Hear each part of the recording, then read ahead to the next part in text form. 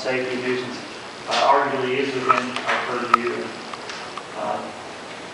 So if we have that responsibility, then that's the burden we have to And Beth, to the comments about the lobbyists, I did need to say that at one point while I was in Charleston on Monday, I was walking through the Senate wing trying to speak to some senators there, and happened to walk right by the Senate Judiciary Committee room.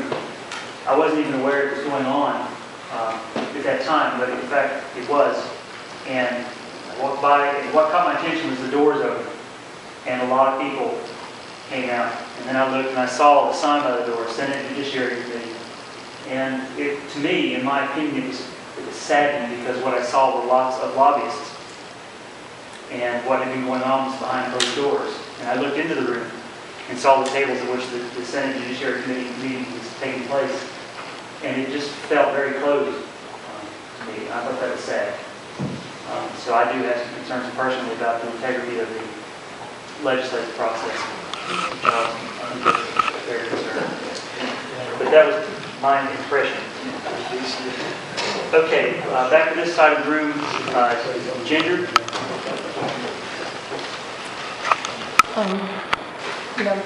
Possibly Jamie and Martin are right that you won't be seeing any Marcellus drilling anytime in the near future, but there's also the Utica Shale, which is supposedly we have a very good vein out here.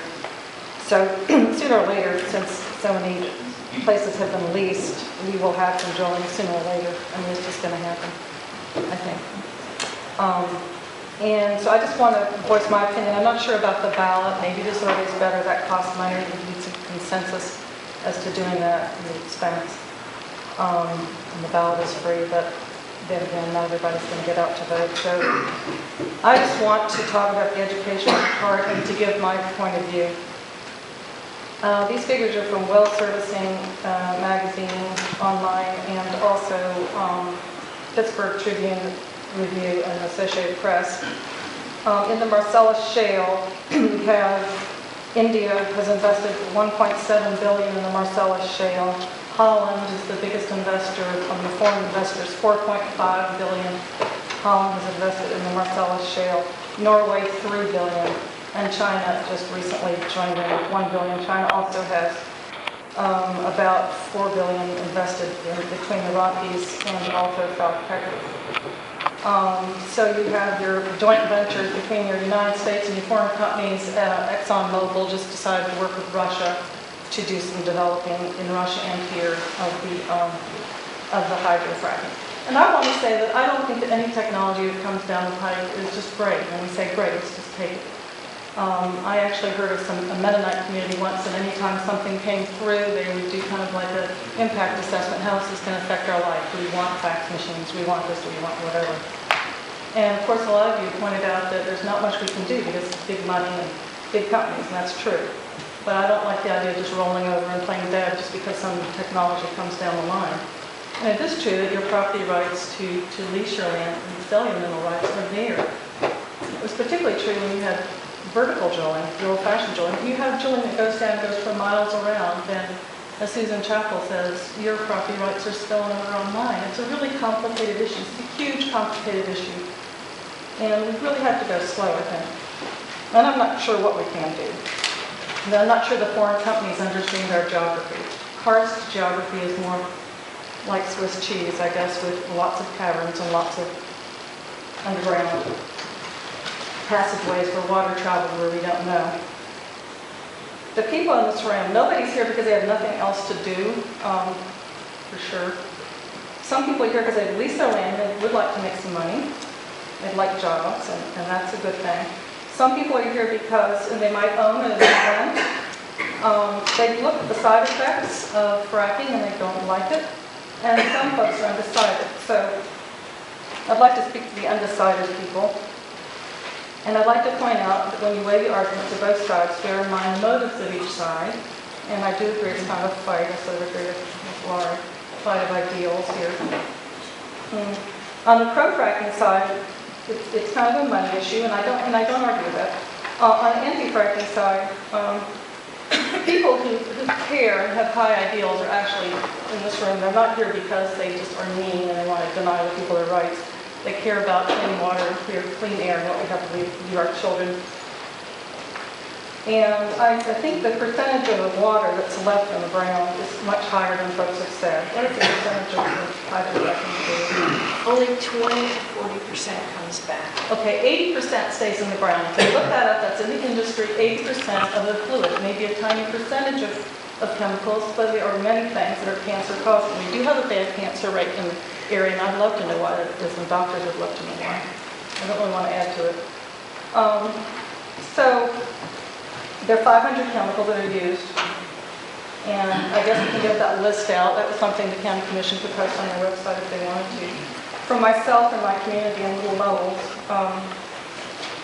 it's a big open valley, and I can just see the drill field. I can see, well after well, and they're huge. And when we were talking to folks at some of the city festivals about the issues and just wanting to educate people and showing pictures of what the average well pad would look like, about 4 different guys came up and they said, the landman came and he told me I just did a little bitty water pump. He lied to me. I called up the company. They wouldn't return my calls. So there was misrepresentation, and that really smells. So I'd like to go slow. I personally favor a moratorium, but I don't know how to get there from here. So, oh, and I wanted to say that my dad was an engineer, and I'm not anti-progress or engineering. I think it's a great thing. I just think this is kind of a Neanderthal technology so far. Go down, smash rock, goes miles in all directions, go down miles. You can't see what's going on. It doesn't sound like a really great technology, a great way to get energy. I'd like to go slow. Thank you. Thank you.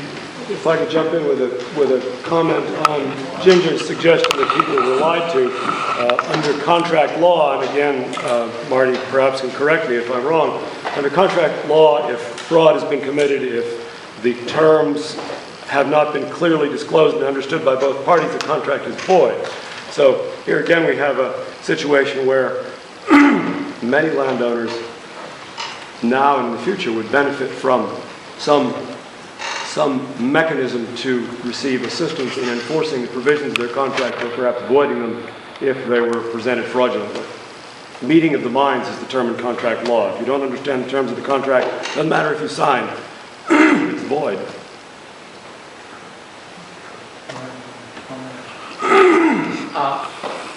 I just want to say, again, a lot of Mr. Carpenter, what he said, what can we do? Mr. Luzoric is talking about education. Ginger is talking about time. I think the ultimate key is education. That each and every person who lives in this community has got to learn as much about this as they possibly can, because at the end of the day, the vote that you take in your life is going to be the vote that counts. It's going to be the question that you answer is what you do. And if you are naive and uneducated about it, it's going to be to your detriment. So you must take the time, and the commission's job is not to pass laws or ordinances. The commission's job is to foster education and to make this the most aware community in the state of West Virginia, so that at the end of the day we acted with intelligence and thoughtfulness about our future. I think that's a ridiculous commentary. At this point, I think it makes sense to go back and forth. We're starting to sort of get questions asked and answered. I'm just going to go down the list because I got it and raise your hand and put it down on the list again. I will defer to those who haven't yet had a chance to ask a question before I come back to those with repeat questions.